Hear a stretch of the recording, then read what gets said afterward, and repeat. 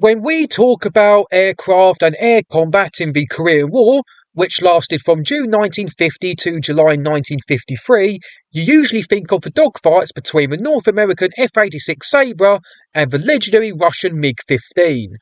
The Korean War was not only the first real jet versus jet war, but also the first war to feature widespread use of helicopters. However, many piston-engine aircraft were used by both sides in the Korean War in multiple different roles. Of course, some types were used more than others, and some types are more well known than others. So, some planes I could find more information on than others.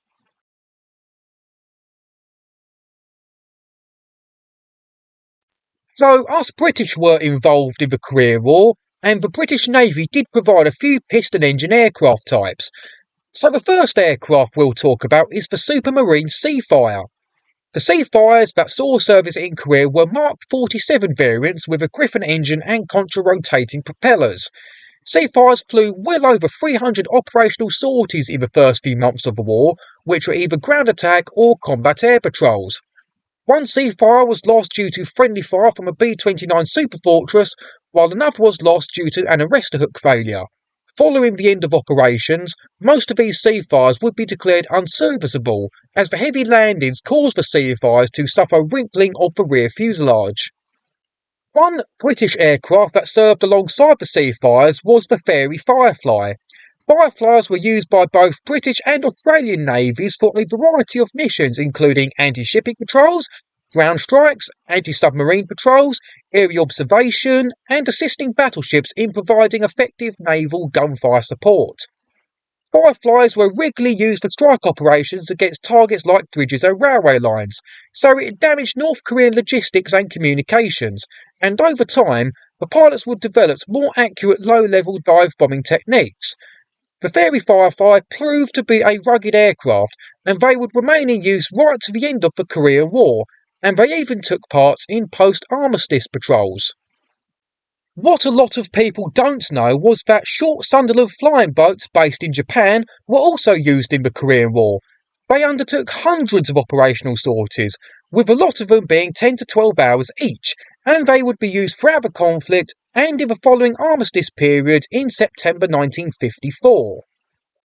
They say save the best till last, so the last British aircraft I'm going to talk about is the Hawker Sea Fury, one of the finest piston-engine aircraft ever built. They replaced the Seafires and fought alongside the Fireflies throughout the conflict, mainly performing ground attack roles. Sea Furies conducted many strikes on targets that disrupted North Korean logistics like bridges, airfields and railways, with their biggest threat being either ground-based anti-aircraft fire or technical problems, as when the Sea Furies first arrived, there wasn't much aerial assistance. As well as ground attack roles, they performed many air patrol missions but never encountered any hostile aircraft, and they would often be called as a spotter aircraft for United Nations artillery. A defining moment for the Sea Fury occurred in August 1952. Chinese MiG-15s bounced a formation of Sea Furies and Fireflies. One Firefly was badly damaged, while the Sea Furies came out unscathed, and one Sea Fury managed to shoot down a MiG-15. And lastly, I'm just going to put out there that Sea Furies were used by the Cuban Air Force in the 1961 Bay of Pigs invasion.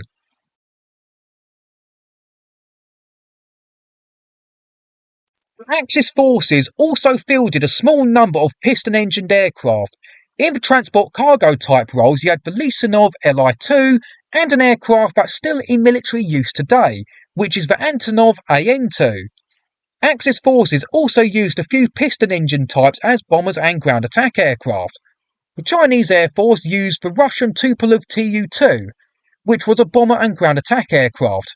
While it was considered a high-speed bomber aircraft in the Second World War, that went on to be an important aircraft for the USSR in the Second World War, that wasn't so much the case in the Korean War. They only performed a few raids in November 1951, and 4 of them were shot down in one of them raids. Another Russian piston-engine aircraft that was used to attack ground targets was the Ilyushin IL-10. As you might be able to tell, so-called Beast is an upgraded version of the formidable IL-2 Sturmovik. The IL-10 saw limited action towards the end of World War II, but saw more action in the Korean War. While they were successful early on against weak South Korean anti-aircraft, and it's even rumoured that IL-10s even sunk a warship in August 1950, they weren't so good when US fighters came into play, and more IL-10s would get bombed on the ground. The last Russian bomber-type aircraft I'm going to mention is an aircraft that was outdated at the start of the Second World War. It's the Polikarpov PO-2. This slow biplane served throughout the Korean War in very similar roles that it did in World War II. The fact it was so slow made it difficult to shoot down, and their canvas and wood construction made it hard to track by radar. Not to mention, one is even said to have shot down an F-94 Starfire jet. I have covered the PO-2 in my What Makes This Plane Great series, and that episode does mention about the Korean War, so check that out. And like in World War II, the PO-2 would be known for their successful night nuisance raids, which the Americans dubbed Bed Check Charlies. In terms of Axis piston-engined fighters, you had two of Russia's best World War II fighters, the Lavochkin La-7 and the Yakovlev Yak-9. Along with IL-10s, La-7s were involved in the Battle of Suwon airfield, which was the first aerial battle of the Korean War. 5 North Korean La-7s opened fire on unarmed C-54 Skymaster aircraft and escorting F-82 twin Mustang fighter aircraft. However, the Americans were able to easily deal with them. As well as La-7s, the North Koreans also used the Yak-9, and there are known encounters between the Yak-9 and the P-51 Mustang and F-4U Corsair. While the Yak-9 was probably more manoeuvrable than the two top American fighters, both the Mustang and Corsair were faster and had better rate of climb, but the main advantage the American fighters had was better trained pilots. From the Lavochkin La-7, you also get the upgraded and later built La-9 and La-11. The La-11 scored kills on a number of US aircraft before, during and after the Korean War. Before the war, 4 La-11s shot down a US Navy PB-4Y privateer over the Baltic Sea in April 1950. From February 1950, La-11s were involved in defending Shanghai against bombing by the Republic of China Air Force. They would claim a B-25 Mitchell and B-26 Marauder, as well as encountering P-51 Mustangs and claiming 2 shot down in April 1950. In the Korean War, La-11s flew combat air patrols. Their main targets would be B-26 Invader night bombers. They did encounter P-51 Mustangs numerous times, but intercepting the B-29 Superfortress proved too much of a challenge. One crowning moment for the La-11 was in November 1951. La-11s of the Chinese People's Volunteer Army were escorting Tupolev Tu-2s that were planning to bomb a South Korean island. The formation would be attacked by a large number of F-86 Sabres, which shot down a few Tu-2s and La-11s. But one Chinese pilot had the achievement of shooting down an F-86 Sabre in his La-11. After the Korean War, a couple of La-11s were involved in the 1954 Cathay Pacific Douglas DC-4 shoot-down incident. This was when 2 La-11s from the People's Liberation Army Air Force shot down a C-54 Skymaster that was on a civilian flight, killing 10 people in the process. However, a couple days later, in near enough the same locations, 2 La-11s from the same unit would be shot down by a couple of US Navy Sky Raiders. The last Russian fighter I'm going to talk about is the Yak-11. Originally a trainer aircraft, they would be used in combat in Korea. The Yak-11 does hold the unfortunate distinction of being the first North Korean aircraft to be shot down by US forces, when one was shot down by an F-82 twin Mustang in June 1950. Coming away from the Korean War, Yak-11s would be used by East Germany to intercept reconnaissance balloons and by the Egyptians in the Yemeni civil war for ground attack.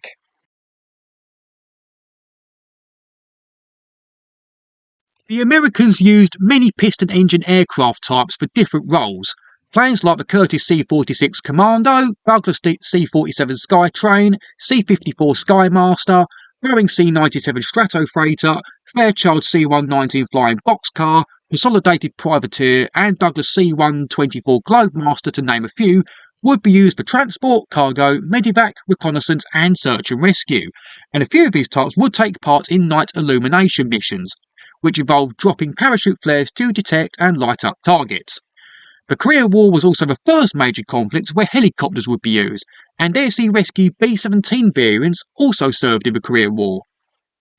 In terms of piston-engine American bombers, you get two bombers that served in World War II, the Boeing B-29 Superfortress and the Douglas A-26 Invader, and the B-50 Superfortresses would only be used for photo reconnaissance. B-29 Superfortresses were used throughout the Korean War in both bombing and reconnaissance missions. Despite the fact that B-29s flew thousands of sorties and dropped hundreds of thousands of bombs in the process, things soon changed for the B-29s once the MiG-15 appeared. The MiG-15 started to quickly inflict serious losses on the B-29s, so the bombers got restricted to night missions. Even with the night missions, B-29 night sorties had to be temporarily cancelled until sufficient fighter escorts came into place to deal with the MiG-15s. On a more positive note, some people reckon the B-29 to be the second highest-scoring United Nations aircraft after the Sabre, and gunners of an FB-29 called Command Decision shot down 5 MiG-15s, which made this particular superfortress an ace. Douglas A-26 Invader was one of the first American aircraft to be used in the Korean War, taking part in missions in late June 1950, which included the first American bombing mission on North Korea, which was the bombing of an airfield. Invaders also carried one of, if not the last American bombing mission of the war, which was less than half an hour before the armistice agreements were signed. After World War II, the A-26s would be rechristened B-26 Invaders, and when it came to the Korean War, B-26s would be used in both day and night missions, including night intruder missions, ground attack, reconnaissance, and even important weather observation missions. One old aircraft the Americans used in Korea that never saw combat in the Second World War was the North American T-6 Texan, also known as the Harvard. While the Texan was mainly a trainee aircraft, they were put into service in the Korean War as forward air control aircraft, which was where they designated targets to help with coordinating airstrikes, and I do cover this in my What Makes This Plane Great video about the T-6 Texan. In terms of American fighters in Korea, you get two of the best fighters of World War II, the F-4U Corsair and the P-51 Mustang, now rechristened as F-51s. Both these aircraft would achieve aerial kills in the Korean War, but were obsolete compared to a MiG-15, and they were both used in more ground attack type roles. With these two aircraft in Korea, the Corsair was arguably the more successful out of the two. Even though Corsairs did get into successful dogfights with Yak and Lavochkin fighters, with one either managing to outturn a MiG-15 and shooting it down, they were mainly used in the close air support role. Corsairs flew both day and night missions and carried a number of different weapons. They would be armed with cannons, different types of bombs and rockets, and even napalm tanks. A couple other things definitely worth mentioning is that Corsairs would regularly shoot down the Bedcheck Charlie PO-2 biplanes on night missions, and one pilot under the name Lieutenant Guy Bordelon, also nicknamed Lucky Pierre, became the only US Navy ace of the Korean War, and possibly the only non-F-86 Sabre ace of the war, getting all his kills flying a Corsair. Like the Corsair, the now called F-51 Mustang was one of World War II's best fighters that served well in Korea. Also like the Corsair, F-51 Mustangs were more used in the ground attack roles, being fitted with a range of bombs, rockets and napalm tanks. It could outturn a MiG-15, and Mustangs took part in successful dogfights against Yak and Lavochkin fighters. As proven in World War II, the Mustang had great range and endurance. This meant that in Korea, Mustangs could attack targets that shorter range jets couldn't, and they would also be used in the photo reconnaissance role a lot. The main issues with the Mustang in Korea was that not only was it inferior to a MiG-15, but it wasn't the right aircraft for the close air support role. Its Merlin engine's liquid cooling system made it a more vulnerable aircraft to shoot down compared to an aircraft with an air-cooled engine, like a Corsair. And by 1953, F-51 Mustangs suffered heavy losses, especially by ground fire. This does make you wonder if they should have used the more durable F-47 Thunderbolts in the Korean War, as they would have been way more suited to the close air support role. As well as the F-51 Mustang, you also get the Allison-engine F-82 Twin Mustang. The F-82 Twin Mustang was one of the first US AF aircraft to be used in Korea, and shot down the first 3 enemy aircraft of the war, which were a Yak-11 and a couple of Lubotchkin LA-7s.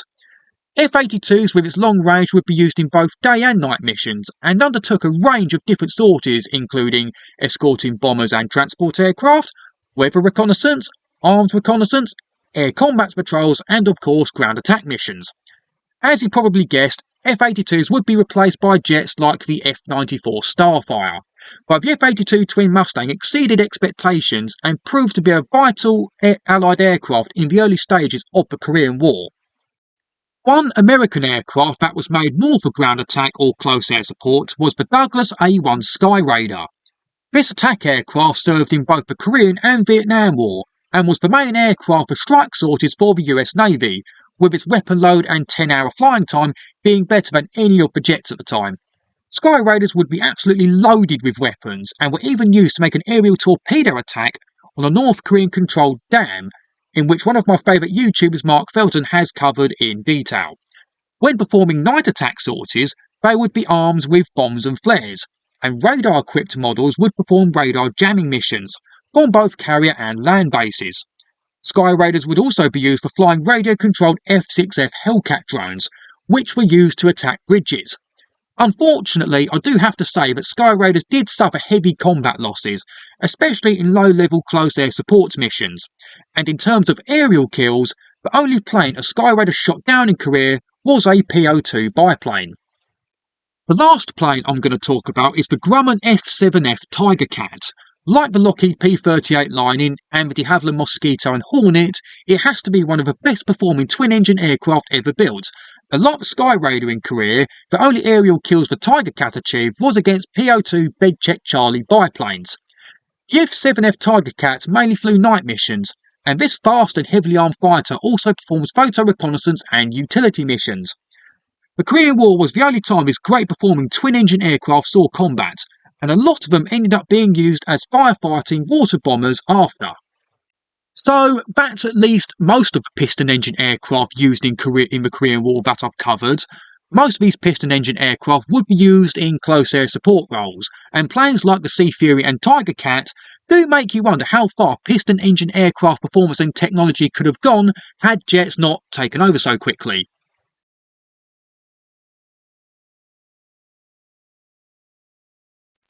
Lots of people, including myself at first, think that the Grumman F-8F Bearcat flew in the Korean War, but actually they didn't. Like the Sea Fury, fast and agile Bearcat is considered one of the finest piston-engine fighters ever built, but we never got to see its full potential as a fighter, and a lot of us do wonder how a Bearcat would have fared against a MiG-15, let alone the earlier Russian aircraft. The only time Grumman Bearcat saw combat was during the First Indochina War between France and Viet Minh, between 1946 to 1954, when they were used by French forces. So that's it for this video I've done about piston-engined aircraft of the Korean War. Hopefully I haven't missed too many aircraft out, and please check out my other videos and playlists. Cheers.